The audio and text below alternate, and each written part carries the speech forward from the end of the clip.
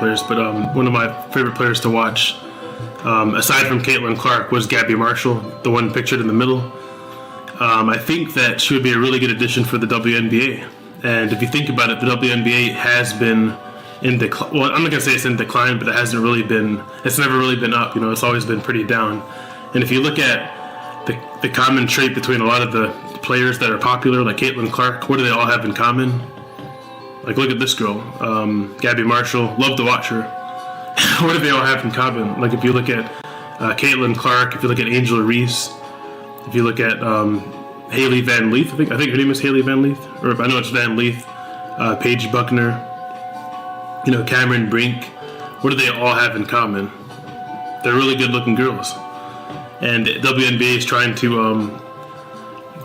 trying to grow, obviously, right? So why not get Gabbie Marshall? So I'm gonna make a case in this video that Gabbie Marshall belongs in the WNBA because I think that it's really about getting viewership. You know what I mean? So I think she would be a good addition, not just because of looks, but I think she's actually a really solid player. But if you think about it, the WNBA has a choice to make. They have a choice. Like, do they want to choose popularity or do they want to choose wins? Like, what do they want? Like, what's the main goal? Now, the NBA is a little different. The NBA, the men's league, it's already really popular. It's extremely popular. And because of that, the NBA players get a lot more money. The WNBA players don't make that much money at all. So that's part of the reason why they want to grow the sport, is so they can get more money. But think about it. In the NBA, wins are everything. Championships could make, it could put boring teams on the map. You know what I mean? Like, championships are everything in the NBA. But in the WNBA, it's very different. Like, I don't even remember the teams that win the championships, if you think about it. Like, what does it really get you if you win in the WNBA? Silence, right? Like, no one really knows, because, like, I can't tell you the last team that won a championship, honestly. Like, someone in the comments maybe could mention that, but, like, I don't even know. Honestly, I don't know what the last team is. That's not taking a shot at the WNBA. I'm just saying, like, this just proves my point that we should definitely, get something going, so the WNBA doesn't, like, wins don't really lead to anything, so you need someone like, Gabbie Marshall. I think I've already seen, like, her popularity grow. I think it'll be a good thing if they pick her up. And so I just wanted to say one last thing in conclusion. They have nothing to lose. I mean, if you think about it, why not the Indiana Fever, why not pick this girl up as a free agent? And you can have her come off the bench if you want. But I mean, people are going to watch, but the Fever are already popular, so maybe if she went to another team. But I just think if she went to the Fever, why not? Because Caitlin Clark will vouch for her, and there's already that chemistry, so, like, they already trust each other. But this player is legit, though. Like, she can play defense. She's not just a looker. Like, she actually is really good at what she does, And you don't win a championship by yourself. If you're Caitlin Clark, I mean, obviously, like, well, they didn't win the championship, but, like, they got really close 2 years in a row. But you don't do that by yourself. You need teammates. And I understand Caitlin Clark got drafted first round, and also her other teammate, Kate Martin, I believe, got drafted in the first round as well. So, but two people can't win a championship. You needed this girl to get close as well. So that's all I have to say. I'd like to get your thoughts in the comments below. What do you think? Do you think that Gabbie Marshall would be good for the WNBA? I think so. Honestly, I really think so. It'll help with the popularity. And challenged by Leah Brown. Gets around her, drives down the lane, maybe walk, flips it up and scores. See, look at that.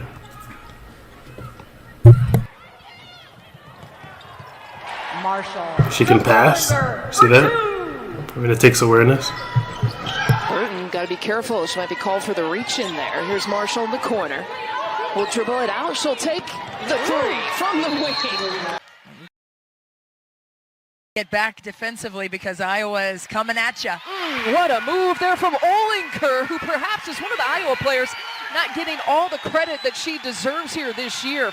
She started out 2 for 2 here tonight and has since missed her last 3 shots. Pump fake for Marshall, and a good solid move for the other freshman for Iowa, who gets some playing time this year. The zone defense, and then just look at the nice, deliberate dribble. That's smart basketball.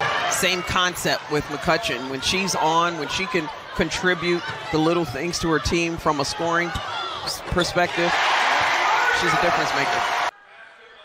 from the Czech Republic. Pospisilova knocks one down as Marshall trapped in the block. Turns around, throws that one up, and gets it to go. I mean, these are good plays, right?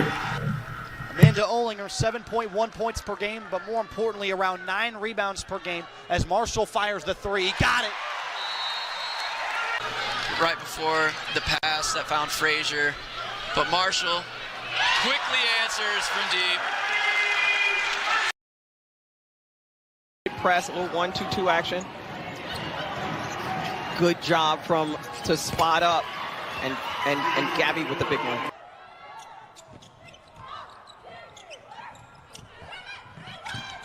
Monica Sonato, give the assist to Marshall.